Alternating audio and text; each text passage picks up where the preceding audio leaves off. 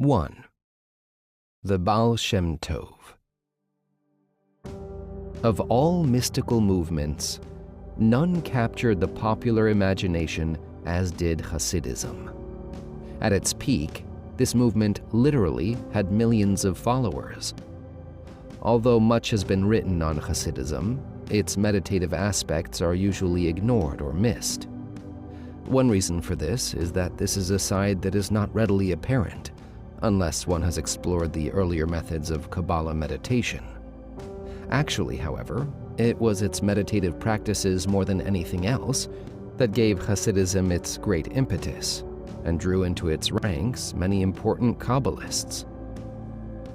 The Hasidic movement was founded in the mid-1700s by Rabbi Israel, known as the Baal Shem Tov. By the time the movement was 50 years old, it commanded the allegiance of a majority of Eastern European Jewry, and Hasidic rabbis dominated many important communities. Many Kabbalah texts were printed under the aegis of this movement, often for the first time. Important changes took place in community life, and entire countries changed their worship habits so as to conform to the Kabbalistic norm. Where Kabbalah had previously been the province of only the greatest scholars, it had now become part of the popular folklore, and even the simplest individuals had become familiar with its terminology. This was a period when the theoretical Kabbalah had been on the ascendancy.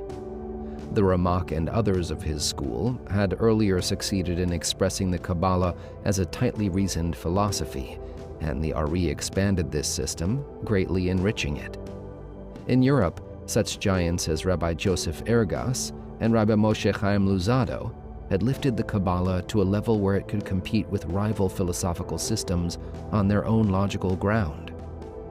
But with the great concentration on the theoretical and philosophical aspects of the Kabbalah, its mystical and meditative aspects had virtually been forgotten. It was this gap that Hasidism had come to rectify, and it did so with remarkable success. Even during the time of the Ramak and the Ari, the Kabbalah had already gained considerable popularity in Europe.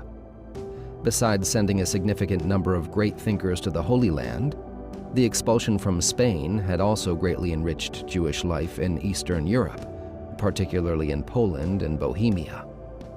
While Rabbi Joseph Caro had written his Shulchan Aruch as the authoritative code of Jewish law, his European contemporaries, the Ramah, Rabbi Moshe Israelish, and the Maharshal, Morenu Harav Shlomo Luria, had challenged him and had eventually written their own versions of the code. It was around this time that community life in Eastern Europe became strong, and such cities as Lublin, Krakow, and Prague became important centers of intellectual activity. At the same time, there were also a good number of important Kabbalists in Eastern Europe. The Maharal of Prague, Rabbi Judah Leva, wrote a number of important books, largely based on the Kabbalah. For the most part, however, the Maharal's fame came from his creation of the legendary golem. A golem is a sort of android, formed of clay and brought to life through the mysteries of the Sefer Yetzirah. The making of a golem requires the channeling of intense spiritual energy through powerful meditative techniques that bear more than a superficial resemblance to those of Rabbi Abraham Abulafia. In 1653, the Frankfurt Kabbalist Rabbi Naftali Bacharach had the courage to include the formula in a printed edition of one of his Kabbalistic books. Another important Kabbalist of that period was Rabbi Isaiah Horowitz, who is frequently also cited as an authority on Jewish law. He spent 10 years of his life in the Holy Land, where he became familiar with the teachings of the Ari and the Tzfat school. It is also possible that he was aware of the writings of Rabbi Joseph Tzayach. In his main work, Shnei Luchot Habrit, 2 Tablets of the Covenant, we find an important discussion of magic squares. In 1594, Rabbi Mattathias Della Creta, a native of Italy who was then living in Krakow, published an important commentary on Joseph Gicatalia's Sha'arei Orah, Gates of Light. His main disciple in Kabbalah was Rabbi Mordechai Jaffe, best known as the author of the Levush, garment. This was also written as an alternative to Caro's code, and while it did not supplant the Shulchan Aruch, it did become an important standard source in Jewish law. Rabbi Mordechai also wrote a major commentary on Kabbalistic exegesis of Rabbi Menachem Rekanati. During this period in general, many important rabbis of major communities were also well-known Kabbalists. Most, however, dealt only with theory and not with practice.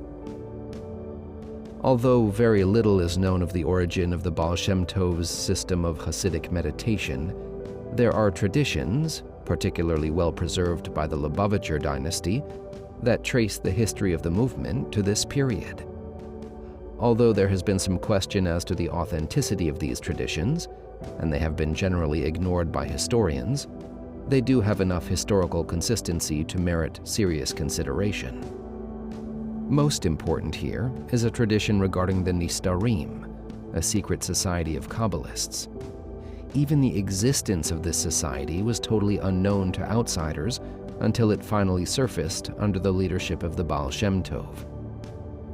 According to this tradition, the Society of Nistarim, Hidden Ones, was founded in 1621 or 1623, shortly after the death of Rabbi Chaim Vital.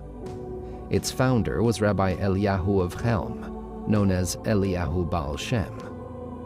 He is known historically as the great-grandfather of Chacham Tzvi, who writes that his ancestor had created a golem. Eliyahu Baal Shem was a contemporary and friend of the Maharal of Prague, and it is possible that the two of them together were involved in the building of the golem. Eliyahu Baal Shem was born in Krakow to Rabbi Joseph Yospa, who had escaped Spain during the expulsion of 1492. At the age of 7, he already had a reputation as a wonder child, and he would accompany his father to the study hall, drinking in the words of the sages as they taught. Shortly after his bar mitzvah in 1550, his father died, and he left home. He was not heard from again for 40 years. Suddenly, in 1590, he emerged in Worms, where he rapidly gained a reputation as a miracle worker. From there, Rabbi Eliyahu moved to Chelm in eastern Poland, where he founded a major academy. One of the most famed students was Rabbi Yom Tov Lipman Heller, best known as the author of the Tosefet Yom Tov, who was also a disciple of the Maharal. Around 1624, Rabbi Eliyahu moved to Prague, where he remained until he died in 1653, having lived for over 116 years. Leadership of the Society of Nistarim was then taken over by Rabbi Joel of Zamość, another cryptic figure of the time, whose biography is also known only from this tradition. His father, Rabbi Israel Joseph, had been a disciple of Rabbi Mordechai Jaffe, discussed earlier. It was in 1613, a year after Rabbi Mordechai's death, that Rabbi Joel was born. At a very young age, he was sent to study in the academy in Brisk under his namesake, Rabbi Joel Sirkish, best known as the author of the Beit Hadash, New House. When he was 20, his father sent him to Eliyahu Baal Shem's academy in Prague, where he became the leading disciple. When Rabbi Eliyahu died in 1653, Rabbi Joel took over the leadership of the Society of Nistarim, and he remained its head for 50 years, until his own death in 1703. He made his seat in Zamość, and is generally known as the Baal Shem of Zamość. The title Baal Shem literally means master of the name, and in general, seems to have been used for those who knew how to make use of divine names in the practical Kabbalah. In later times, however, this title seems to have been used particularly by the leader of the Society of Nistarim, perhaps because they alone had the authority to decide when these names could be used. All during this period, the activities of this society were kept absolutely secret, and almost nothing is known of them, except for the bits and pieces that have come down by tradition. The methods of these two Baal Shems would be equally cryptic, if not for a remarkable little book, Toldot Adam, Generations of Adam, which is attributed to them. Here, we find all sorts of mystical remedies clearly influenced by the school that produced Shoshan Yesod Olam, discussed in Chapter 4. In Toldot Adam, use is made of magic squares, discussed at length by Rabbi Joseph Tzayach, and it is here that we find one of the few printed versions of the 7 mystical seals, discussed earlier in relation to Rabbi Isaac of Akko. One gets a distinct impression that, while most European Kabbalists were concerned with the theoretical aspects of their discipline, this group was primarily engaged in its practical and meditative aspects. An important activity of the Society of Nistarim was to raise the status and educational level of women. During this period, most Jewish women were not even taught how to read. On the rare occasions that women came to the synagogue, the Zagaka, an older woman who knew the service by heart, would lead them in worship. Members of the society set up the first rudimentary educational system for girls, a system that would eventually encompass most of Europe. The wives and daughters of the Nistarim were encouraged to study, and many became distinguished scholars and mystics in their own right. Under Rabbi Joel's leadership, the society met some of its greatest challenges. The first was the rise of the Cossack leader Bohdan Khmelnytsky, who led the infamous massacres of 1648, where hundreds of Jewish communities in Poland were annihilated. For a decade, the Polish community was in complete ruins. Those who were not killed outright were driven from their homes, penniless. Libraries, accumulated over centuries, were put to the torch, and the treasures of the past were destroyed without mercy. At a time when spiritual life was disintegrating, the Society of Nistarim was very strongly involved in rebuilding the crushed communities of Eastern Europe. A second challenge threatened the very existence of the society, since its enemies took every opportunity to associate it with the false messiah of Izmir. As a very young man, Shabtai Tzvi had become very deeply involved in the meditative schools of Kabbalah, and it is speculated that he even came in contact with some disciples of Eliyahu Baal Shem. It is well known that one of the dangers of meditation without proper training and supervision is that one can get illusions of power. Apparently, this is what happened to Shabtai Tzvi. Reaching very high levels, he began to speculate that he might be the promised Messiah, and during the Khmelnytsky massacres, he announced that he would be the one to redeem Israel. Shabtai Tzvi gave the impression of being on a very high spiritual level, and many people began to accept his claim. At first, he hesitated, but finally, in 1654, he announced that he was the promised one. He gathered followers from all over Europe, and in hundreds of synagogues, prayers were introduced on his behalf. The would-be Messiah had set his residence in Abydos, near Constantinople, and Sultan Muhammad IV felt that he could be politically dangerous. In 1666, Shabtai Tzvi was imprisoned and given the choice of either converting to Islam or being put to death. Not willing to accept martyrdom, he left the fold of Judaism. The result was shattering to the world Jewish community, and Shabtai Tzvi's name became a curse among his people. Still, many of Shabtai Tzvi's followers refused to believe that their leader had done wrong, and they continued to believe in his mission. Mercilessly hounded by the rabbinical leadership, these followers went underground, setting up a worldwide network. A number of prominent rabbis were discovered to be closet members of this cult. As a result, anything even remotely associated with Shabtai Tzvi became suspect. Since he was strongly involved in Kabbalah meditation, all those who made use of these techniques came under scrutiny. The Society of Nistarim were one of the main schools that taught these methods, and was particularly vulnerable. The society had many opponents, and they lost no time in associating the group with the false Messiah, claiming that he had been a disciple of Eliyahu Baal Shem. In some cases, letters and correspondence was even forged, lending credence to these accusations. With many of its members under dire suspicion and its very foundations under attack, the society began to make its work all the more secretive. It was during this period that leadership of the society passed to its most cryptic master, Rabbi Adam Baal Shem of Ropshitz. Other than the traditions, there is absolutely no historic record of this individual, and his only public appearance seems to have been in Slutsk in 1710. He left absolutely no writings, and because of this lack of direct evidence, some historians have even doubted his existence. Another reason for these doubts was that of his unusual name. Up until that time, there are no cases where Adam was used as a Jewish name, and some earlier authorities had even forbidden its use.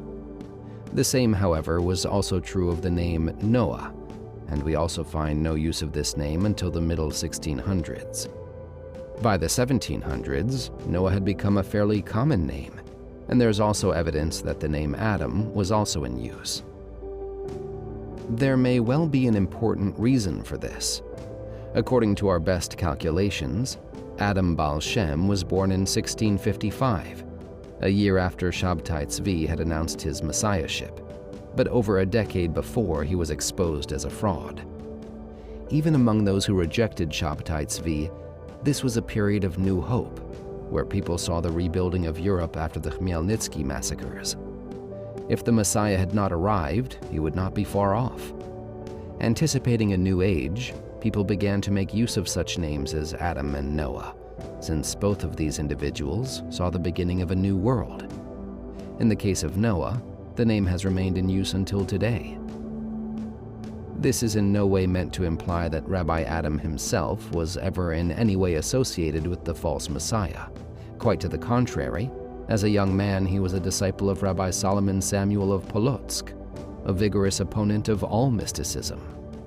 He kept an open mind, however, and was particularly impressed by Joel Baal Shem's famed exorcism, which took place in Posen in 1682. His curiosity grew, and finally, in 1688, at the age of 33, Adam visited Rabbi Joel to see for himself. He was so impressed that he remained there in the academy for 15 years, until Rabbi Joel's death in 1703. Upon the death of Joel Baal Shem, leadership of the society passed on to his favorite disciple, Rabbi Adam. At that time, however, it was not the only secret society in existence. An important group that had gone underground were the followers of Shabtai Tzvi, who by this time had become very influential. Although the false Messiah had become an apostate, they taught that his unfortunate experience was necessary in order to bring about the final true redemption. Although the ban of excommunication had been pronounced against the followers of Shabtai Tzvi a number of times, the underground groups were still highly successful in attracting recruits. The religious leaders of the time therefore kept a very sharp eye open for any hint of association with these heretic groups. This posed a grave danger for the society of Nistarim. If their opponents could in any way associate them with the followers of the false Messiah, their effectiveness would be destroyed completely. The only way in which they could avoid this, however, was to keep the very existence of their society a closely guarded secret. Thus, during his period of leadership, Rabbi Adam Baal Shem allowed absolutely no publicity whatsoever, neither with regard to himself nor with regard to the society's activities. Nothing was published in the name of Rabbi Adam, and his name itself was never uttered outside the company of the elect. The society was not to publicize its existence until it came under the leadership of its last master, Rabbi Israel, usually referred to simply as the Baal Shem Tov. He had been born on August 25, 1698, 18th of Elul 5458, in Okop, a small village on the Polish-Russian border. Like many other small villages, it has been obliterated by time, or has had its name changed. In any case, historians are hard-pressed to identify its exact location. Israel's parents, Eliezer and Sarah, were quite old when he was born, and they died while he was still a very young child. Adopted by the synagogue, Israel was given the education common to Jewish communities at the time. He had a brilliant mind as well as a deep spiritual nature, but at an early age, he learned to keep his gifts a secret. He could not hide, however, from the true mystics, and he was contacted by the Society of Nistarim when he was 10 years old. By the time he was 14, Rabbi Adam sent his son to teach him and initiate him into the mysteries of the society.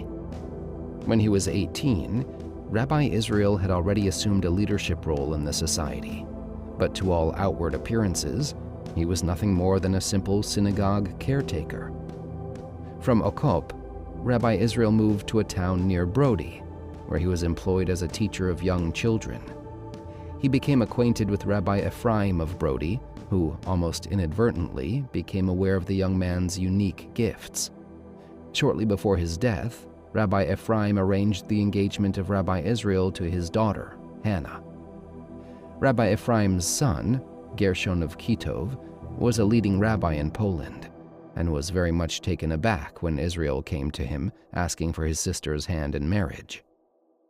Taking the young man to be an ignorant boor, Rabbi Gershon was about to throw him out when Israel produced a letter of engagement signed by the girl's father. Although the famed scholar was very much against the match, he begrudgingly acquiesced, sending the couple away with a horse and wagon as a wedding present. Along with his bride, Rabbi Israel lived in a small mountain town between Kitov and Kasov in the Carpathian Mountains. Supported by his wife, he spent his days and nights in study, worship, and meditation, coming home only on the Sabbath. Like the Ari, he spent 7 years in such secluded meditation, while at the same time studying a set of mystical writings that had been entrusted to him by Adam Baal Shem.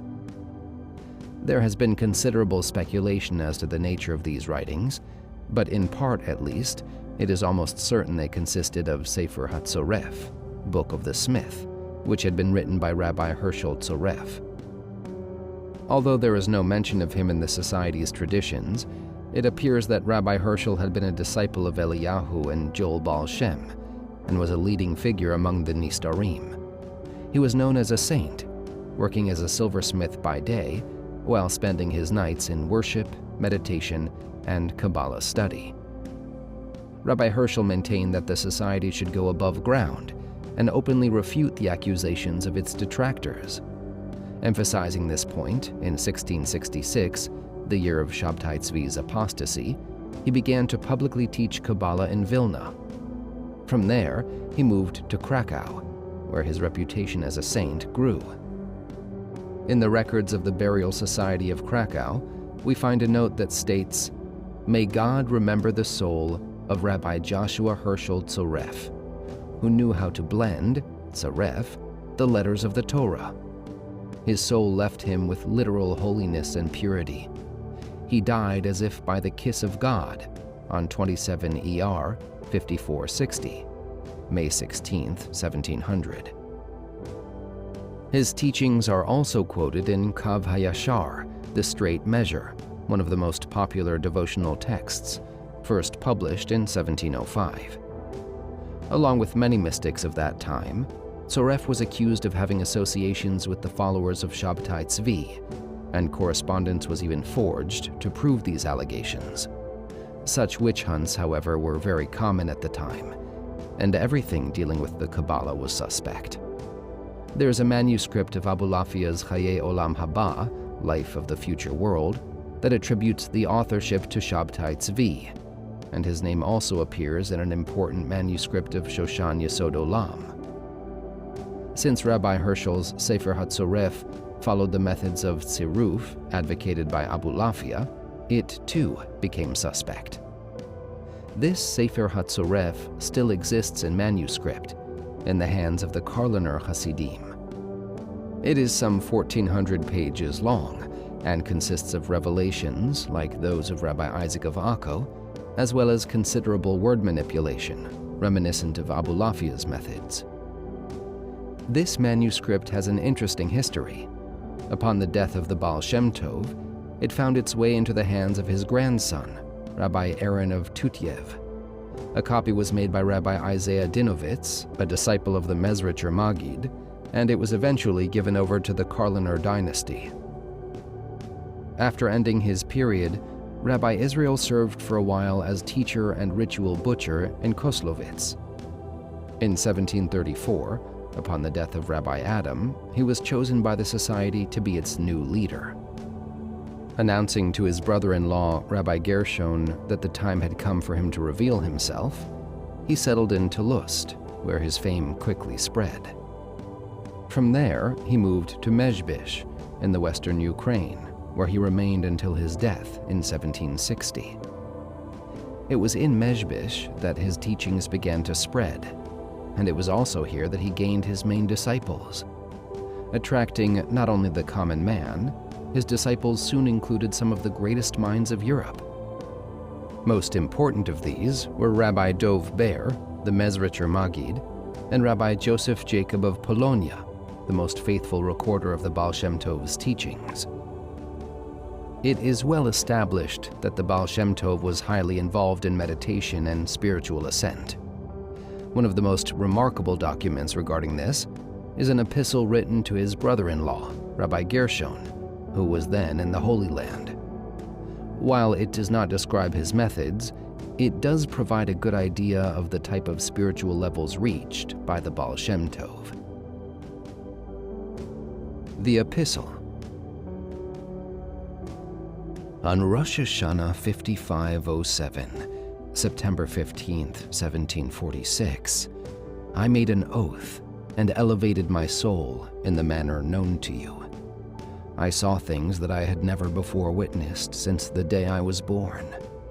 The things that I learned and saw there could not be communicated, even if I would be able to speak to you in person. When I returned to the lower Garden of Eden, I saw innumerable souls, both living and dead, some whom I knew and others whom I did not. They were fleeting back and forth, going from one universe to another, through the column that is known to those who delve in mysteries. They were in a state of joy that was so great that the lips cannot express it, and the physical ear is too gross to hear about it. There were also many wicked people who were repenting, and their sins were forgiven, since this was a special time of grace. Even to my eyes, it was wondrous how many were accepted as penitents, many of whom you know. There was great joy among them too, and they also ascended in the above-mentioned manner. All of them beseeched and petitioned me unceasingly. Go higher with the glory of your Torah. May God grant you greater understanding to perceive and know these things. Ascend with us so that you can be our help and support. Because of the great joy that I saw among them, I decided to ascend with them. Due to the great danger involved in ascending to the supernal universes, I asked my master to come with me. From the time that I began, I had never before ascended to such a high level. Step by step, I ascended until I entered the chamber of the Messiah. There, the Messiah studies Torah with all the sages and saints, as well as with the 7 shepherds. I saw great joy there, but I did not know the reason for it. At first, I thought that the reason for this joy was that I had passed away from the physical world, heaven forbid. Later, they told me that I had not died, since they have great pleasure on high when I bring about unifications through the holy Torah down below. But to this very day, I do not know the reason for that joy. I spoke to the Messiah himself and asked him, "When is your Majesty coming?" He replied, "This shall be your sign. It will be at a time when your teachings become widespread in the world, and your springs, overflow abroad. It will be when the things which I have taught you and which you have yourself perceived become known, so that others can also bring about unifications and elevate themselves like you do. All the husks will then be annihilated, and it will be a time of grace and salvation. I was very surprised and distressed, since it would take a long time for this to be possible. But when I was there, I learned 3 specific remedies and 3 holy names, and they are easy to learn and explain. My mind was then set at ease, and I realized that it would be possible for people in my generation to reach the same level and state as I did. They would then be able to ascend, learn, and perceive, just like myself. All during my lifetime, I was not granted permission to reveal this. For your sake, I made a request that I might be allowed to teach this to you, but permission was denied. I am still bound by this oath, but this I can tell you, and let God be your help. Let your path be toward God. When you pray and study, let my words not forsake you. With every word and expression that leaves your lips, have in mind to bring about a unification. Every single letter contains universes, souls, and godliness, and as they ascend, one becomes bound to the other, and they become unified. The letters then become unified and attached to form a word. They are then actually unified with the divine essence, and in all these aspects, your soul is included with them. All universes are then unified as one, and immeasurable joy and delight results. Consider the joy of a bridegroom and bride in this lowly physical world, and you will understand how great is this delight. God will certainly help you. Wherever you turn, you will succeed and prosper. Give wisdom to the wise, and he will become still wiser. 2. Meditation. An important part of the Baal Shem Tov's teachings involved hitbodedut meditation. This was an integral part of his personal life as well, and it is reported that as a young child, he would miss his lessons, going off to meditate, hitboded, in the forests. During his 7 years of seclusion, he would meditate in the mountains, as well as in a special cave. When he studied together with the son of Rabbi Adam, he did so in a special meditation room, Beit Hitbodedut, and it was in this room that they engaged in meditation in an attempt to commune with the angel of the Torah. Later, when he was a famed leader, he would also spend much time in such a meditation room. Most of the Baal Shem Tov's general teachings regarding meditation are found in the writings of his greatest disciple, Rabbi Dov Ber, the Mezritcher Maggid. A few of these are also included in the Baal Shem's ethical will. Sources. In our generations, we have limited intelligence and must strengthen our love and reverence of God.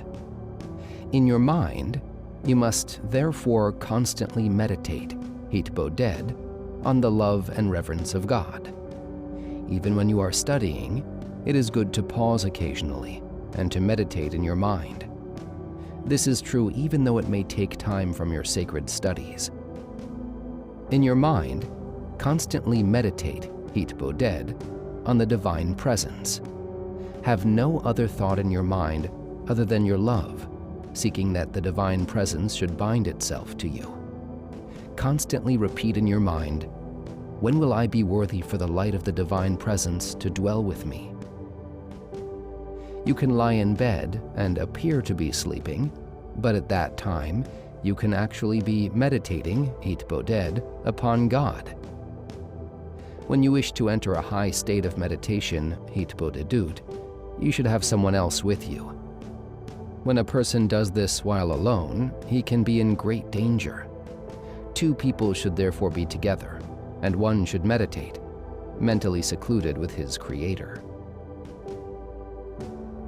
3. A yichud. Very important in the Baal Shem Tov's meditative methods were the system of yichudim, as taught by the Ari. Besides these, the Baal Shem also had his own system of yichudim, but very little of this has been preserved. In other cases, the Baal Shem Tov made use of the Ari's methods, but greatly expanded upon them.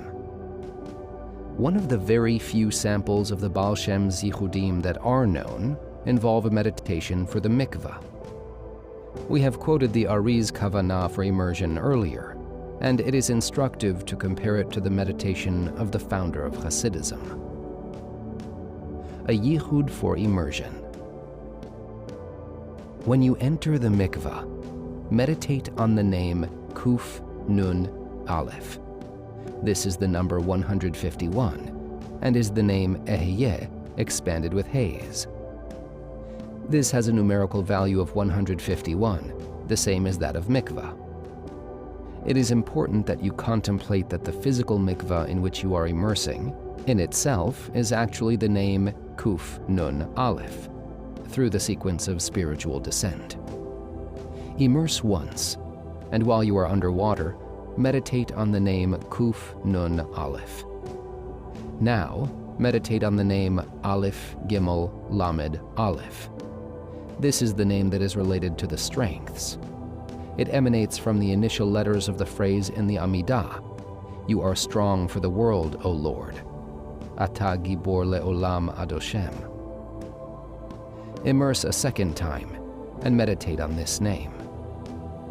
Then, meditate on the name Aleph Lamed Daled, which is the 10th triplet in the name of 72. This name can be read as Eled, meaning I will give birth, indicating that one is born anew when he emerges from the mikvah. Contemplate that in the name Aleph Lamed Daled, the Aleph has a value of 1, while the Gimel has a value of 3.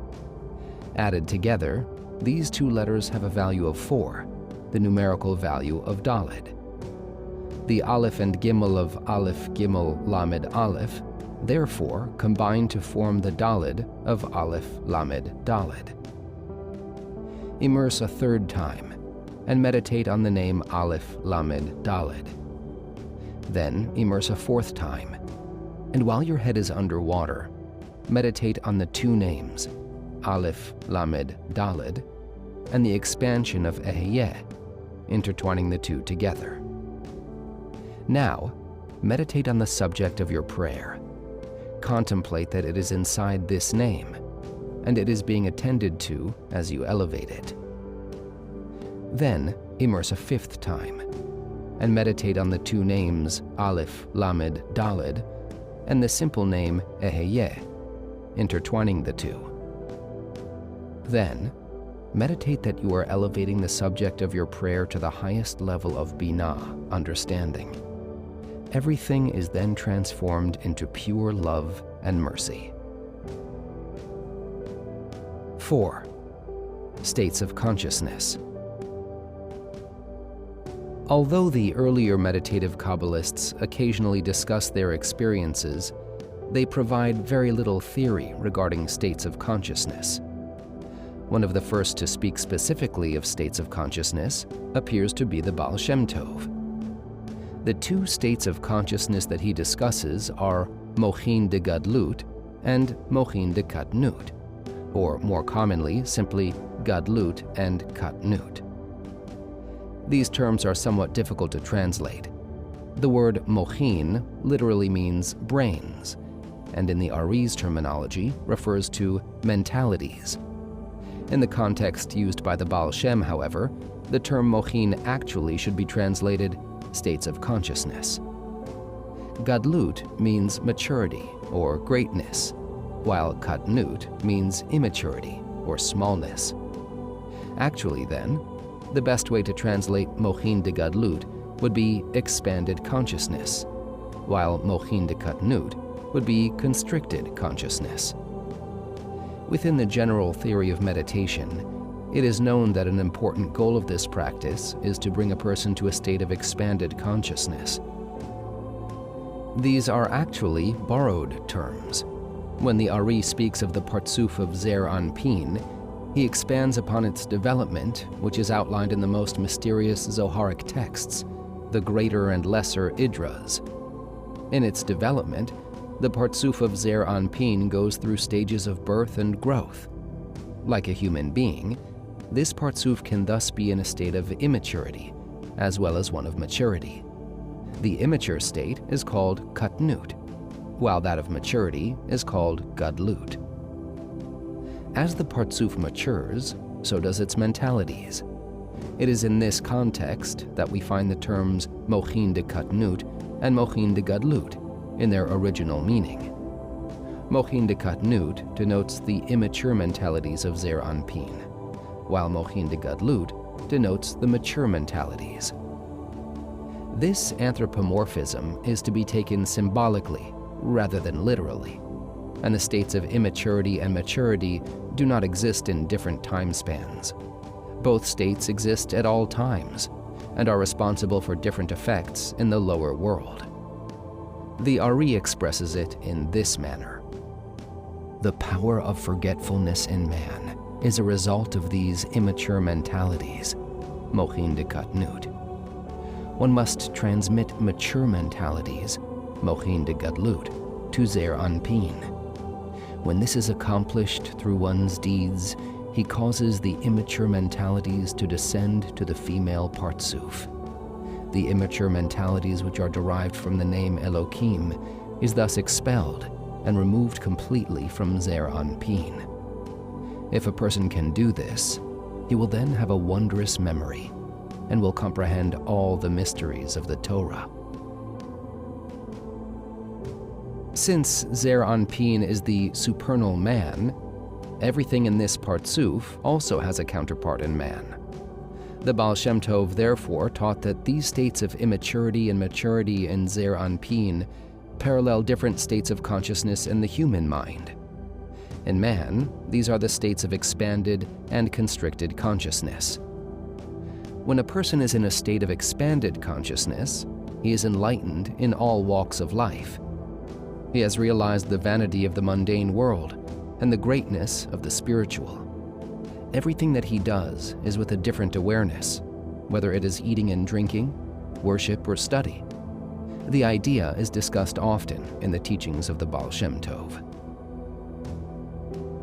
Sources. Expanded and constricted consciousness can be explained in the following manner. When a person learns something but does not understand it in depth, this is a state of constricted consciousness, since his mental picture is not complete.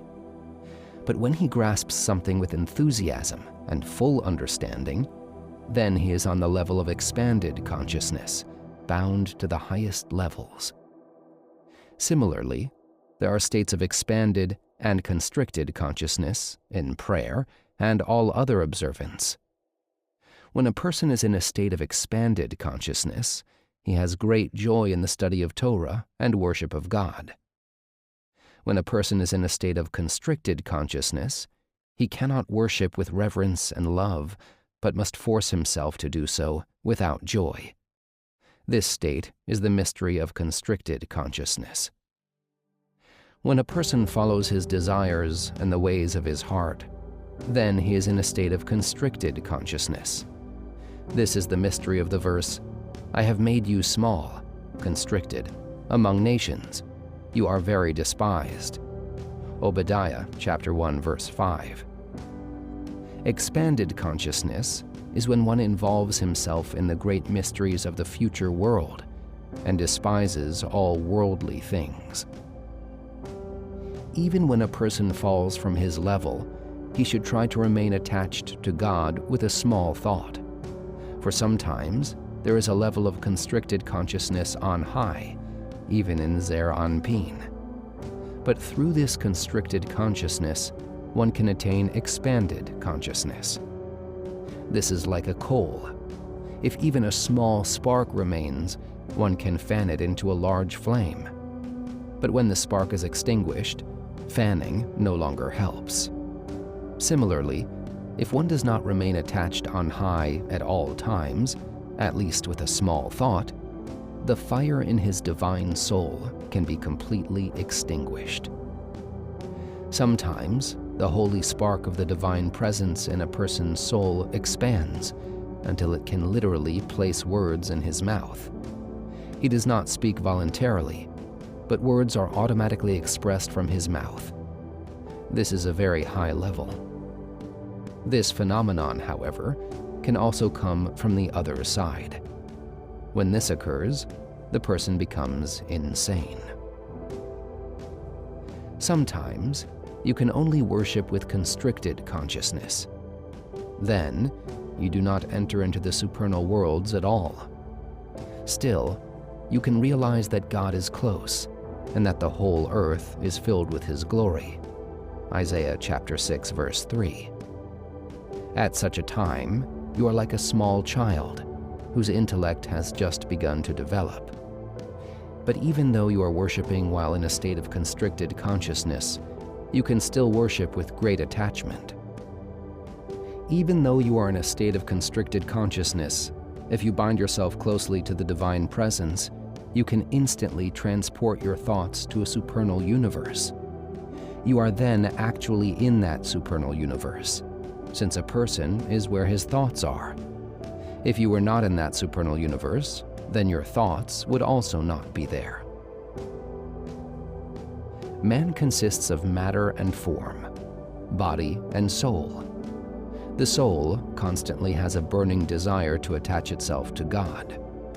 It is enveloped by a physical body, however, which acts as a barrier to such attachment. Man's physical self desires such material things as sex and food. These things, however, are also required on high, in order to accomplish such things as the separation and elevation of the holy sparks. There are certain times, however, when form can totally overwhelm matter and attach itself to God. This is the mystery of the living angels, Chayot, ran and returned. Ezekiel chapter 1, verse 14. There are two levels, expanded consciousness and constricted consciousness. Running denotes the state of expanded consciousness, while returning refers to that of constricted consciousness. I heard from my master, the Baal Shem Tov, that this is the mystery of the constriction, which was from him and in him. 5. The way of prayer. One of the Baal Shem Tov's most important accomplishments was to reveal a safe method of meditation, which could be used by even the simplest person. Earlier methods involved divine names and could release potentially dangerous spiritual forces. The way of prayer, as taught by the Baal Shem Tov, involved nothing more than the regular prayer service, uttered 3 times daily by every Jew. The focal point of the prayer service is the Amidah, or Shmoneh Esrei, a collection of 18 or 19 blessings, which is repeated 3 times each day. This prayer was composed by the Great Assembly, just before the close of the prophetic period. There is considerable discussion as to why a single prayer was prescribed to be repeated over and over each day. There is considerable evidence, however, that the entire Amidah was meant to be used as a meditative device, very much like a long mantra. After a person has repeated the Amidah every day for a few years, he knows the words so well that they become an integral part of his makeup. It takes no mental effort on his part to recite the words, and thus, it is not very different than repeating a single word or phrase over and over. If a person clears his mind of all other thoughts, then simply repeating the Amidah can produce a very high mental state. This is borne out in practice. The same is true of other parts of the prayer service that are recited daily. In an important teaching, the Talmud states, "One who prays must direct his eyes downward and his heart on high." One of the important early commentaries, Rabbi Jonah Gerondi, explains that this means that in one's heart, he should imagine that he is standing in heaven. He must banish from his heart all worldly delights and bodily enjoyments. The early sages taught that if one wishes to have true kavanah, he must divest his body from his soul. A few decades later, this very same concept was pressed even more explicitly by Rabbi Jacob ben Asher. In his Tur, a major early code of Jewish law, he writes, "It is taught that when one prays, he must concentrate his heart. This means that one must concentrate fully on the words that are expressed with his lips. One must have in mind that the divine presence is before him, as it is written, 'I have placed God before me at all times.' Psalm 16, verse 8. One must arouse his concentration and banish all disturbing thoughts, so that his thoughts and intentions in prayer should be pure. This was the practice of the saints and men of deed. They would meditate, hitboded, and concentrate in their prayers until they reached a level where they divested themselves from the physical. The transcendental spirit would be strengthened in them until they would reach a level close to that of prophecy." It is significant to note that this passage is quoted verbatim by Rabbi Joseph Caro in his Shulchan Aruch, and is also mentioned in the teachings of the Baal Shem Tov. The idea of using the prayer service as a meditative device did not originate with the Baal Shem. Many of the older Kabbalists speak of the importance of concentrating in prayer, and many devised extensive kavanot associated with the various parts of the service. This plays a particularly important role in the Ari's system, and many prayer books incorporate the kavanot that he devised.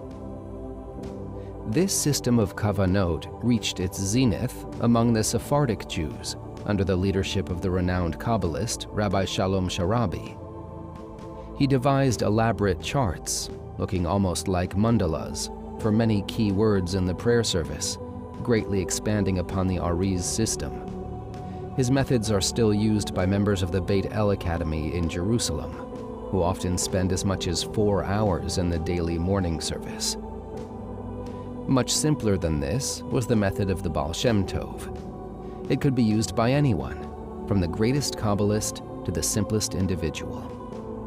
Rather than concentrate on the various Kabbalistic concepts during prayer, one must use the prayer itself as a mantra, focusing his entire mind on the words. While praying, one then rises mentally from one universe to the next, from chamber to chamber, until he reaches the highest level. Although this system is not presented in any one place, it is discussed at length, both in his own teachings and in those of his disciples. Levels of prayer. Asiyah, sacrificial readings, korbanot. Yitzirah, biblical songs of praise, psuke de zimra. Briah, the Shema and its blessings, birkat Shema.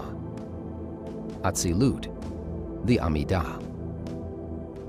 When you pray, you should be totally divorced from the physical, not aware of your existence in the world at all.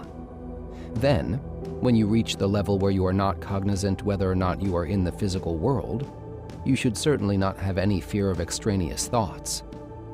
When you are divested from the physical, extraneous thoughts cannot come to you. When you want to pray, it should be with awe. This is the gate through which one enters before God. Say to yourself, "To whom do I wish to bind myself? To the one who created all worlds with his word, who gives them existence and sustains them." Think about his loftiness and greatness, and you will then be able to enter the supernal worlds. Attachment means that when you say a word, you draw it out and do not want to let it go. Because of your attachment to each word, you draw it out. If you have extraneous thoughts when you worship, Then the husks are riding on your words, for thought rides upon each word. Do not pray for your own needs, for your prayer will then not be accepted. But when you want to pray, do so for the heaviness of the head, for whatever you lack, the divine presence also lacks. This is because man is a portion of God from on high. Whatever any part lacks also exists in the whole, and the whole feels the lack of the part. You should therefore pray for the needs of the whole. Place all your thoughts into the power of your words until you see the light of the words. You can then see how one word shines into another, and how many lights are brought forth in their midst. This is the meaning of the verse, "Light is sown to the righteous, and joy to the upright in heart." Psalm 97, verse 11. The lights in the letters are God's chambers, into which He transmits His emanations. Separate your soul from your body. Your soul can then be clothed in the thought that is contained in the words that you pronounce. You will then be able to perceive many universes on high. You have many powers, one required for one universe and another for the next. When your soul ascends to all the worlds that you must elevate, it is examined in each universe to see if it is fit to go higher. If it is not, it is cast outside. When an extraneous thought comes to you, this is a sign that you are being cast out. But if you are wise, you can use that thought itself to bind yourself to God all the more. The thought consists of letters that are part of the Divine Presence's body, but they fell as a result of the breaking of vessels. The combination of these letters therefore becomes bad, intermingled with the husks. This is like sweetmeats intermingled with other things. Each thing is good by itself, but mixed together, they are vile and disgusting. This likewise becomes evil. But when you understand the idea of the thought that falls into your mind, you can then elevate it. If it involves desire and lust, it has fallen from the universe of love. If it is a debilitating phobia, it is from the universe of fear. And if it involves pride, it is from the universe of beauty. The same is true of all other such thoughts, since the attributes paralleling all 7 days of creation have fallen. When you bind these thoughts to God through love and fear of the Creator, you then return them to their root. The same is true of other attributes, and each thought can be elevated to the attribute from which it fell. You can once again bind it to that attribute and transform the husks that fell from it into a good combination. God has great delight when you do this.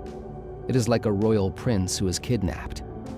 The king has great delight when he is returned, even more than from a son who has never left his side. It is actually very surprising that a mortal human being should be able to attach himself to God. Besides his physical body, many husks separate him from God. Even though the whole earth is filled with His glory, God is still hidden behind many barriers. But all the barriers that separate and restrain can be torn down by the word that you utter. Your words should therefore be attached to God. This means that you must intimately feel that you are actually speaking to God. If we could speak just one line, or even 2 or 3 words to God in each service in the above-mentioned manner, it would be sufficient. The reason why both love and fear are required is this. If a person only had love for God, he would grow accustomed to be with God, and this would become part of his nature. But as a result of his fear, he does not dare to come too close. The Talmud speaks of things that stand in the highest places of the universe and are taken lightly by people.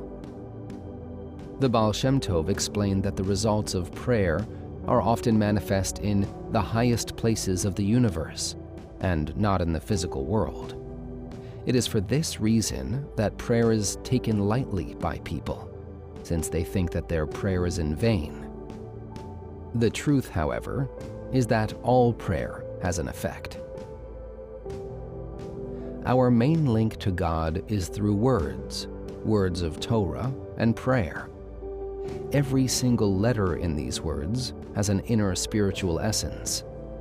You must attach your thought and innermost being to this essence. This is the mystery of "Let him kiss me with the kisses of his mouth," Song of Songs, chapter 1, verse 2, the attachment of spirit to spirit. It is also the mystery of "If you lie between the lips," Psalm 68, verse 14. When you draw out a word and do not want to let it go, then you are in such a state of attachment. Every word is a complete concept, and you must place all of your strength into it. If you do not, then it remains incomplete. You can sometimes pray very fast. This is because the love of God is burning in your heart very strongly. The words then leave your mouth of their own accord when you pray silently. When you attach yourself on high, you can be worthy of being lifted still further by the very same prayer. Our sages thus teach us, when one comes to purify himself, he is helped from on high. Through prayer, you can attach your thoughts on high. From the power of such prayer, you can then reach even higher levels. Then, even when you are not praying, you can be attached to the spiritual. Sometimes you must worship in thought, with your soul alone. Sometimes you can pray with love and awe, and with great intensity, without moving at all. Another person looking on can think that you are merely reciting the words without any feeling. For when you are very closely bound to God, you can serve Him with great love, with the soul alone. This is the best type of worship. It moves quickly and can bring you closer to God than prayer, whose intensity is visible outside through your body. Such prayer is all inside, and therefore, the husks cannot grasp onto it. Rabbi Israel Baal Shem Tov said that a person can read the Torah and see lights on the letters, even though he does not understand it fully. Since he is reading with great love and enthusiasm, God does not pay attention to the fact that he may not be reading correctly. This is very much like a child who is very much loved by his parents. Even though it cannot speak well, its parents have great enjoyment when it asks for something. The same is true when a person recites words of Torah with love and devotion. God has great delight and does not pay attention to the fact that he does not read it correctly. When you want to pray to God for something, think of your soul as part of the divine presence, like a raindrop in the sea. Then, pray for the needs of the divine presence. You can have faith that your prayer will benefit the divine presence. Then, if you are properly attached to the divine presence, this influence will also be transmitted to you. When a person is happy, he unconsciously claps his hands. This is because his joy spreads through his entire body. The same is true of the divine presence. Each influence is transmitted to each of its parts.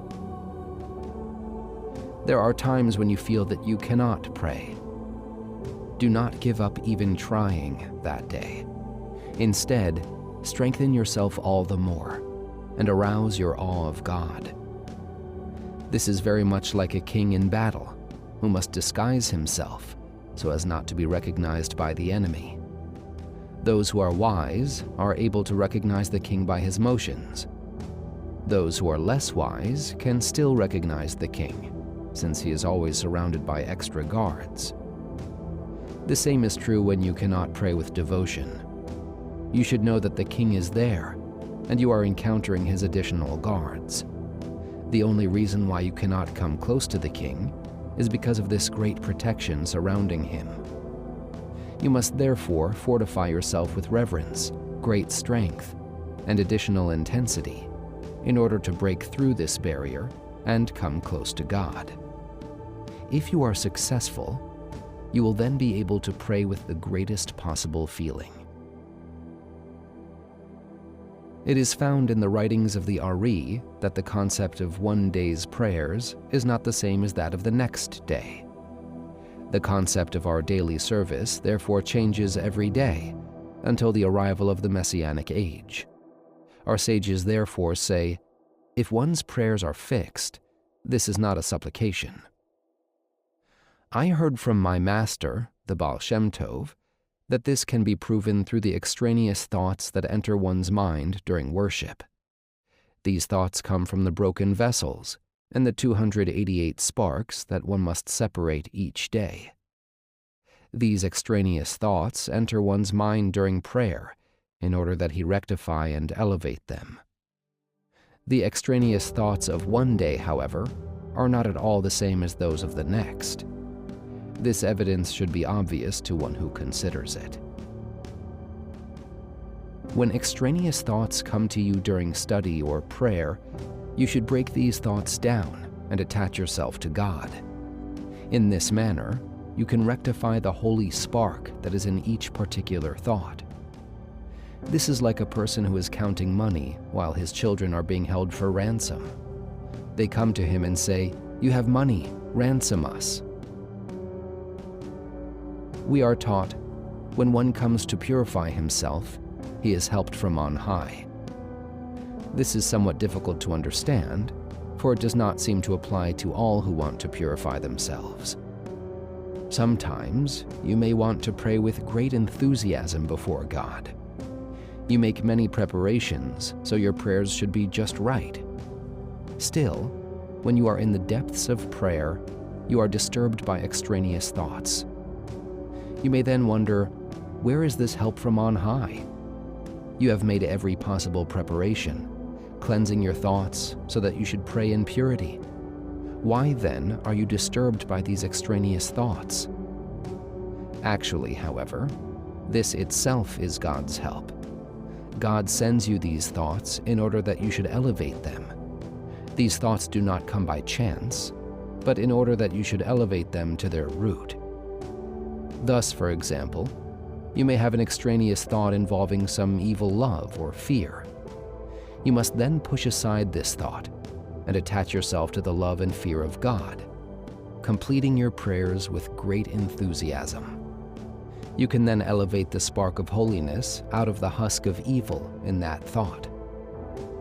This itself is the help that is given to you from on high.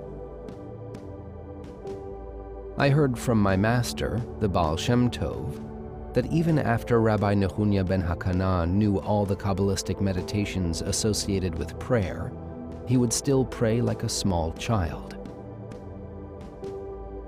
Accustom yourself to pray and recite the Psalms in a very low voice. Scream quietly, saying the words with all your strength. This is the meaning of the verse, "All my bones shall say, God, who is like you." Psalm 35, verse 10. A scream that results from complete attachment to God is absolutely silent. There is a burning sword that rotates to guard the way of the tree of life. Genesis chapter 3, verse 24. When you wish to attach your thoughts to the Creator in the supernal worlds, the evil husks, klipot, do not allow you. But even though you are not able, you must exert yourself with all your strength, over and over again, even during a single prayer. Eventually, you will bind yourself to God and enter the supernal universes. The faith with which you should strengthen yourself is the fact that the whole earth is filled with His glory. Isaiah chapter 6, verse 3. One must have perfect faith, as it is written, "The righteous man lives by his faith." Habakkuk chapter 2, verse 4. Even if you fall from a high level during prayer, continue to recite the words with concentration to the best of your ability. Then, strengthen yourself to return to your level. You may do this many times during a single prayer.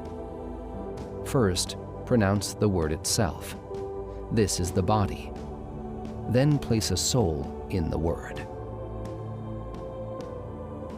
At first, you should arouse your body with all your might. Only then will the power of your soul shine for you. The Zohar thus teaches, if fire does not burn brightly, tap the wood, and it blazes forth. If the light of the soul does not burn brightly, tap the body, so that the light of the soul should blaze forth. When a person does this successfully, he can worship in thought alone, without any motion on the part of his body. When a person is attached to God in a supernal universe, he must be careful not to allow his body to move, since this will destroy his attachment. Sometimes, you may be praying in a state of constricted consciousness. Then, in an instant, the light of your soul blazes forth, and you ascend to one of the upper universes. It is very much like climbing a ladder. The supernal light is alluded to in the verse, "Send forth your light and truth. They will lead me." Psalm 43, verse 3. In silent prayer, you can attach yourself on high. Then, if you are worthy, you can be elevated still higher in that same prayer. This is the meaning of the teaching, when one comes to purify himself, he is helped. Through a prayer, you can be worthy of attaching yourself on high. Then, from this power, you can rise to a still higher level. When you reach this higher level, you can be attached on high even when you are not praying. 6. Spiritual ascent. Although prayer was the primary vehicle for spiritual ascent, the Hasidic masters often discussed the concept in more general terms. One could climb the spiritual ladder from one chamber to the next, from one universe to the one above it. One would thus go through the 4 universes, Asiya, Yetzirah, Bria, and finally to Atzilut, the universe of the Sfirot. Using these universes for spiritual ascent and attaching one's mind on high plays an important role in the Baal Shem's system. The general level which one attains through such ascent is called decode, which literally means attachment. Here, it refers to a particular attachment to the spiritual. Sources. I heard from my master, the Baal Shem Tov, that a person is like the ladder standing on the ground, with its top in the heavens. Genesis chapter 28, verse 12. He can do worldly, physical things here on earth, but its top is in heaven, since he meditates on lofty concepts. The person then binds the deed to his thought, and this in itself is a yichud, unification. My master, the Baal Shem Tov, once explained this in more detail. He said that a person must place his mind on each physical thing, elevating it and binding it on high. He also taught that when a person studies a difficult subject and does not understand it, then he is on the level of Malchut, kingship. But when he places his mind on it, understanding it and probing its depths, he then binds Malchut, kingship, to Binah, understanding, and attaches the two together. My master, the Baal Shem Tov, revealed to me that when a person has pain, whether physical or spiritual, he should meditate that even in this pain, God can be found. He is only concealed in a garment in this pain. When a person realizes this, then he can remove the garment. The pain and all evil decrees can then be nullified. Rabbi Israel Baal Shem Tov said that when he is attached to God and a thought falls into his mind, this is a minor level of Ruach HaKodesh. think of yourself as a resident of the supernal universes, and you will not consider the people of this world important, for the physical world is like a mustard seed compared to the supernal universes. Meditate on this, and it will make no difference to you whether people love you or hate you. Their love and hate will be nothing to you. When you are attached to one of the supernal universes with no extraneous thoughts, you can then receive a thought very much like prophecy. This thought comes because of an announcement on high regarding the same subject. Sometimes you hear a voice speaking. This is because the supernal voice is attached to the voice of your prayer and Torah study. You then hear the likeness of a voice speaking, and it can reveal future events. If you wish to ascend on high, you must go from one step to the next. First, you should have in mind that you are ascending only to the first firmament, which is a journey of 500 years. In your mind, expand this firmament on all sides. It should not appear small and narrow in your mind, but broad, filling the entire mind. Once you stand there, you must strengthen your mind to go higher, and then still higher. You must go step by step, however, since you cannot ascend through all 7 firmaments at once. The only time that it is possible to do this is in the middle of prayer. If you attach yourself on high, properly, at the very beginning, then you can ascend to all 7 firmaments at once. When you come to the first firmament in your ascent from level to level, you must see to 2 things. First, you must see to it that you do not fall down again. And second, you must see to it that you should ascend still higher. Since in your mind you are literally in the first firmament, you can then ascend to the next firmament. You can climb from one firmament to the next until you reach Yetzirah, the world of angels. You then climb to Briah, the world of the throne. Finally, all that remains is the universe of Atzilut. When you reach this level, you can bind your thoughts to God.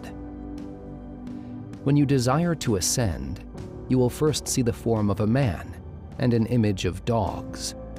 These are the evil husks, klipot, which are in the universe of Asiyah. You must strengthen yourself and not be afraid. Sometimes, you can speak on high with your soul alone, without your body. This is when you separate yourself from your body, and it is called divestment of the physical, hitpashtut hagashmiut. In such a state, you feel no bodily sensation and are totally unaware of the physical world. Your entire mind depicts only the supernal universes, with their angels and archangels. When you reach the universe of Atzilut, you are devoid of all sensation. All that you experience is the most ethereal feeling, which is nothing other than God's closeness. On this level, you can know future events. Occasionally, you can also become aware of future events in the lower 3 universes, since it is there that they are announced. Sometimes you will have to make many attempts just to ascend from one firmament to the next. This interval is a journey of 500 years, and sometimes you can fall in the middle. Regarding this, Rabbi Israel Baal Shem Tov said, "When I bind my thoughts to God, I let my mouth say anything that it desires. I have bound my speech to its highest root in the divine, and every word has a root on high in the Sphirot." He also said, "Sometimes I sit among people engaged in idle talk. I attach myself to God properly, and I can bind all their words on high." When you are properly attached to God, you can engage in any activity that you wish. It appears that you are gazing at the subject of your activity, but actually, you are gazing at nothing other than God. When your thoughts ascend on high to the supernal universes, you must strengthen your mind. You will then be able to stroll through these universes, just like a person strolls from one room to the next. I heard this from my master, the Baal Shem Tov. Wherever a person places his thoughts, that is where all of him is. It is written, "Send your light and your truth. They will direct me." Psalm 43, verse 3. The whole earth is filled with the glory of the divine presence, and this is what brings your thought from the lower world to the transcendental. With that great power, your soul ascends, and with your thoughts, you break through the firmaments. It is as if they are opened before you. You are thus brought to the universe of Yetzirah, then to the universe of Briah, and finally to the universe of Atzilut. You must first bring your thoughts down below, and then you can ascend on high. In your thoughts, you must descend and ascend many times. This is because you must come down before you can go up. When you descend, that is when you gain power. When you go up once again, you are then able to ascend to a still higher level. This is like a person throwing a rock, where he must lower his hand before he throws it. When you ascend mentally to the universe of Asiyah or Yetzirah, you should have in mind the entities in that world are speaking, and that their speech is being expressed by your mouth in that universe. You should also meditate that God is in front of you in the 10 sefirot of that universe, and that His greatness is infinite. Wherever you ascend on high, keep in mind that you are bringing yourself closer to God and binding yourself to Him on a higher level. The Zohar thus says, "The king's feet are not the same as the king's head." At all times during the day, even when you are not praying, you should mentally elevate your thoughts on high. This takes great effort. Strengthen yourself with all your power of concentration, even if at first you do not ascend very high. Do not attempt to ascend too quickly. First, attempt the universe of Asiyah, then Yetzirah, then Briah, and finally Atzilut. The supernal universes are really very great, but because the soul is clothed in the body, they seem very small. But when a person divests himself of his physical bodily nature, then, with his mind, he can see that these universes are very great. When you bind yourself to God, then through you, all the worlds under your hand are bound to God. Through eating and wearing clothing, you have the power to include in yourself the concepts of animal, vegetable, and mineral in all universes, and through you, they can all be bound to God. But this is possible only when you attach yourself to God.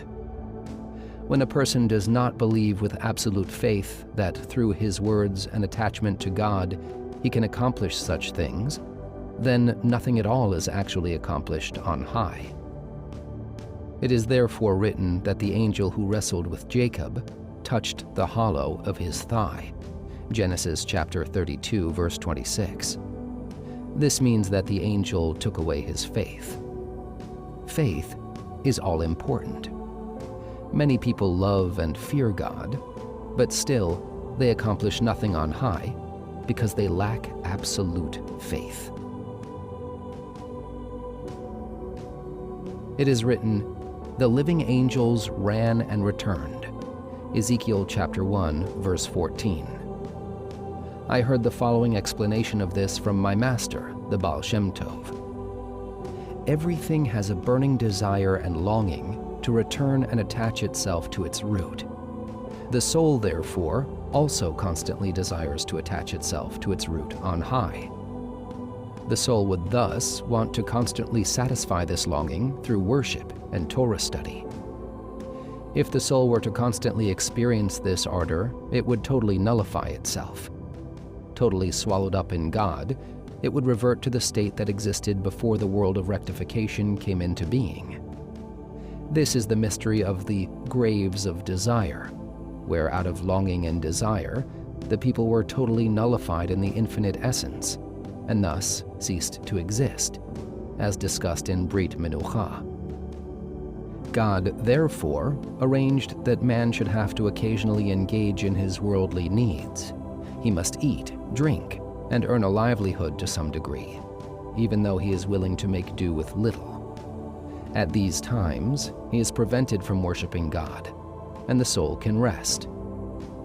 The individual's mental faculties are then renewed and strengthened, so that he can once again engage in worship. This is the mystery of the living angels ran and returned. 7. Nothingness.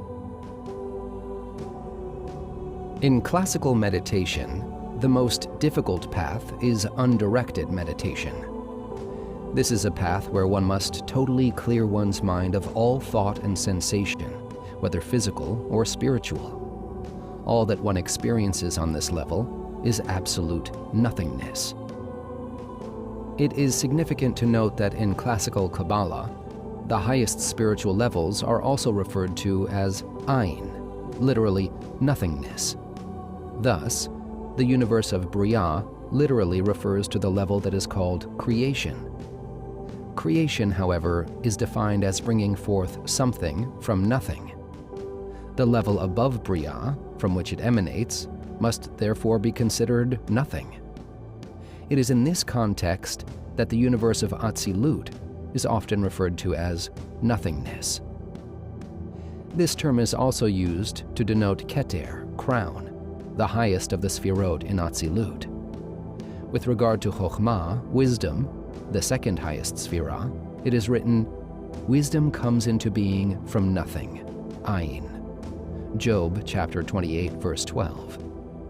Thus, Keter, crown, the level from which Chokhmah, wisdom, emanates, is also called nothingness. While Atzilut in general is nothingness in a conceptual sense, Keter, crown, is nothingness in even a spiritual sense. This is also suggested by the term Ein Sof, an appellation often assigned to God in the Kabbalah. Literally, Ein means without, and Sof means end. Ein Sof is therefore usually translated to mean the endless one, the infinite being, or simply the infinite. The term Ein Sof, however, also has the connotation as the nothingness end, or the ultimate nothingness. In this context, it refers to the ultimate level in nothingness to which one ascends. Undirected meditation on nothingness is one of the most dangerous methods in classical meditation, and should not be attempted except under the guidance of a master. Prior to the Hasidic masters, there is virtually no mention whatsoever of this method. Even in the Hasidic writings, it is only mentioned occasionally and obliquely, but the few references are highly significant. It is discussed most often by the Mezritcher Maggid, and by his most illustrious disciple, Rabbi Levi Yitzchak of Berdichev. Sources. The many levels of the mind include the thinker, thought, and speech. One is influenced by the other. Speech exists in time. Thought is also in time, since a person has different thoughts at different times. There is also an essence that binds the thinker to thought. This is an essence that cannot be grasped. It is the attribute of nothingness.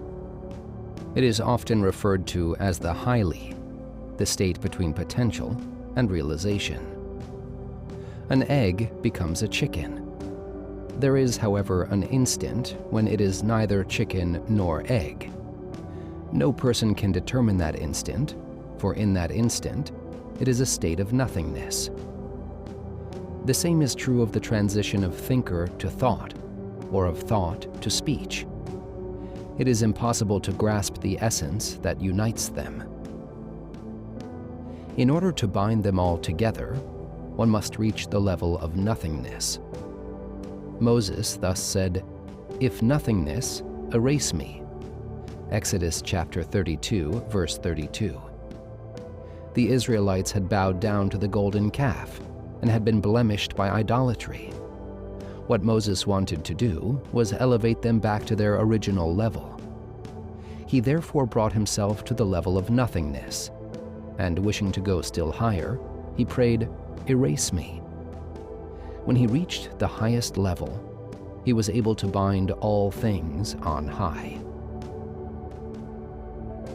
Think of yourself as nothing, and totally forget yourself when you pray. Only have in mind that you are praying for the divine presence. You can then enter the universe of thought, a state that is beyond time. Everything in this realm is the same: life and death, land and sea.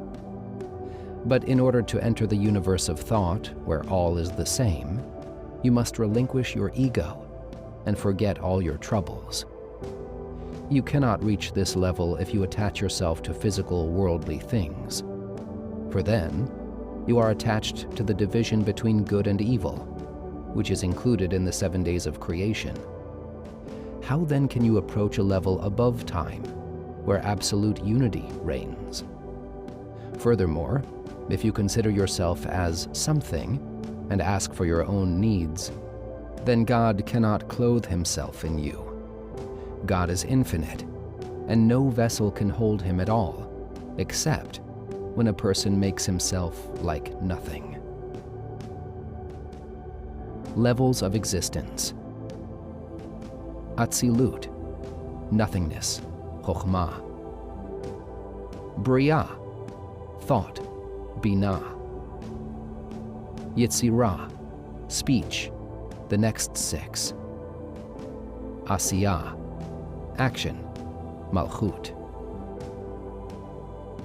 In prayer, you must place all your strength in the words, going from letter to letter until you totally forget your body. Thinking how the letters permute and combine with each other, you will have great delight. If this is a great physical delight, it is certainly a great spiritual delight. This is the universe of Yetzirah, the world of speech. The letters then enter your thoughts, and you do not even hear the words that you pronounce.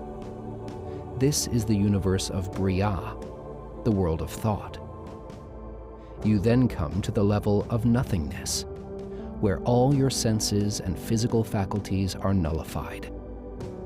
This is the universe of Atzilut, which parallels the attribute of Chokhmah, wisdom. Nothing can change from one thing to another without first losing its original identity. Thus, for example, before an egg can grow into a chicken, it must first cease totally to be an egg. Each thing must lose its original identity before it can be something else. Therefore, before a thing is transformed into something else, it must come to the level of nothingness. This is how a miracle comes about, changing the laws of nature.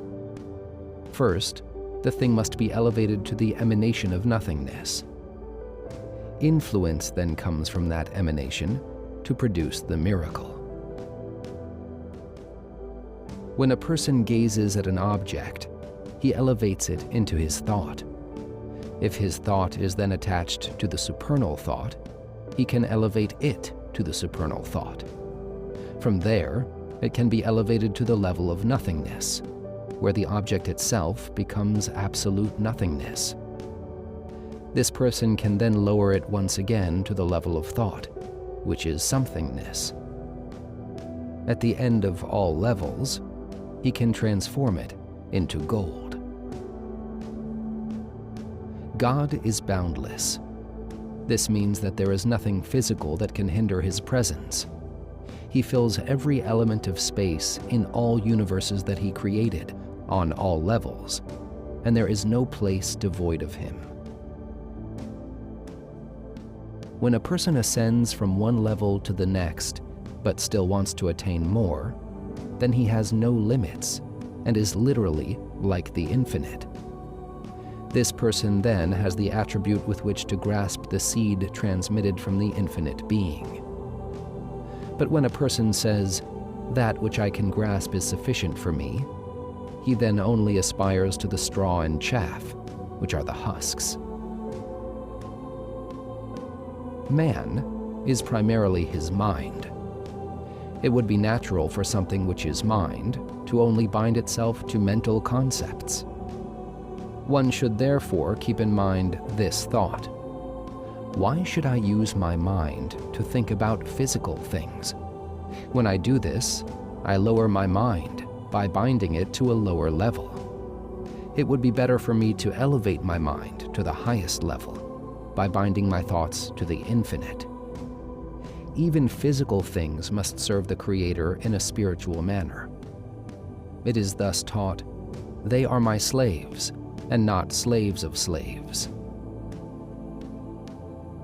Love is not restricted by limitations, for love does not have any bounds, being an aspect of the infinite love. If one has love for something physical, then this physical thing becomes a vessel that limits his love. But when one has love for the infinite being, then his love is clothed in the infinite. Both the love and its vessel are then boundless. The same is true of all other attributes. When a person repents and directs his love toward God, his thought is, "Why did I expend my love for physical things? It is better for me to love the root of all roots." His love is then rectified, and he draws the sparks of holiness out from the husks. God is called the Endless One, Ein Sof, and not the Beginningless One. If he were called the Beginningless One, it would be impossible to even begin to speak about him. But to some extent, it is possible to comprehend him through his creation. This is a beginning, but it has no end. Rabbi Levi Yitzchak: the most important thing to realize is that God created all, and that he is all. God's influence never ceases. At every instant, he gives existence to his creation, to all the universes, to the heavenly chambers, and to all the angels. We therefore say in the prayer before the Shema, "He forms light and creates darkness," in the present tense, and not "He formed light and created darkness" in the past tense.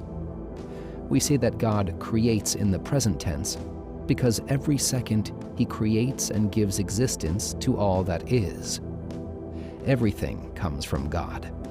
He is perfect, and he includes all things. When a person attains the attribute of nothingness, he realizes that he is nothing, and that God is giving him existence. He can then say that God creates in the present tense. This means that God is creating even at this very moment. When a person looks at himself and not at nothingness, then he is on a level of somethingness and independent existence. He then says that God created in the past tense. This means that God created him earlier, but that he now has independent existence. We therefore say the blessing, "Blessed are you, O God, who created man with wisdom." We use the past tense, since wisdom is on a level of somethingness. We therefore find in the writings of the Ari that the expression, "God is king," is an aspect of nothingness. For when we say that God is king in the present tense, it means that he is presently giving us existence. This is the aspect of nothingness. We are nothing, and it is God who is giving us the power to exist. On the level of nothingness, everything is above the laws of nature. On the level of somethingness, on the other hand, all things are bound by nature. The way in which we bind somethingness to nothingness is through the Torah and commandments. This is the meaning of the verse, "The living angels ran and returned," Ezekiel chapter 1, verse 14. That is, from a level of nothingness to one of somethingness. The Zohar teaches that the commandments and the Torah are both hidden and revealed. Hidden alludes to nothingness, while revealed applies to somethingness. They thus bind something to nothingness, and nothingness to somethingness. This is the meaning of the word mitzvah, meaning commandment. When we reverse the Hebrew alphabet through the Atbash cipher, then Aleph becomes Taf, Bet becomes Shin, and so on. Through this cipher, the Mem of mitzvah becomes a Yud, while the Tzadi becomes a Hey. The first two letters of mitzvah, therefore, are Yud, Hey. The first two letters of the Tetragrammaton, Yud and Hey, and Vav and Hey. This is an aspect of nothingness. The last two letters of the word mitzvah are Vav, Hey, the last two letters of the Tetragrammaton. This is an aspect of somethingness. The letters Yud, Hey in the word mitzvah are hidden, just like the concept of nothingness. The letters Vav, Hey, on the other hand, are written directly and are revealed, just like somethingness. The commandments thus have a hidden part and a revealed part. The hidden part is our bringing pleasure to God through our observance of the commandments, since we have no way of detecting this. The revealed part is when we benefit ourselves, since this is visible. This is the meaning of the verse, "Hidden things belong to the Lord our God, but revealed things belong to us and to our children forever." Deuteronomy chapter 34, verse 22. Hidden things allude to the hidden part of the commandment, and these belong to the Lord our God. What we accomplish with relation to God is hidden from us. Revealed things belong to us and to our children, however, since the divine influence that we bring about is revealed to us. At every instant, all universes receive sustenance and life force from God. Man, however, is the one who motivates this sustenance and transmits it to all worlds. When a person wants to bring new sustenance to all universes, he must attach himself to the level of nothingness. This is the level in all universes that were not constricted. When man nullifies himself completely and attaches his thoughts to nothingness, then a new sustenance flows to all universes. This is a sustenance that did not exist previously. A person must fear God so much that his ego is totally nullified.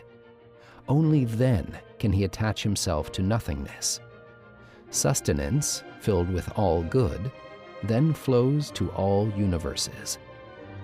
The individual thus attaches the life force of all universes to nothingness, which is higher than all worlds. On the level where this life force had not yet been constricted into the universes, it is attached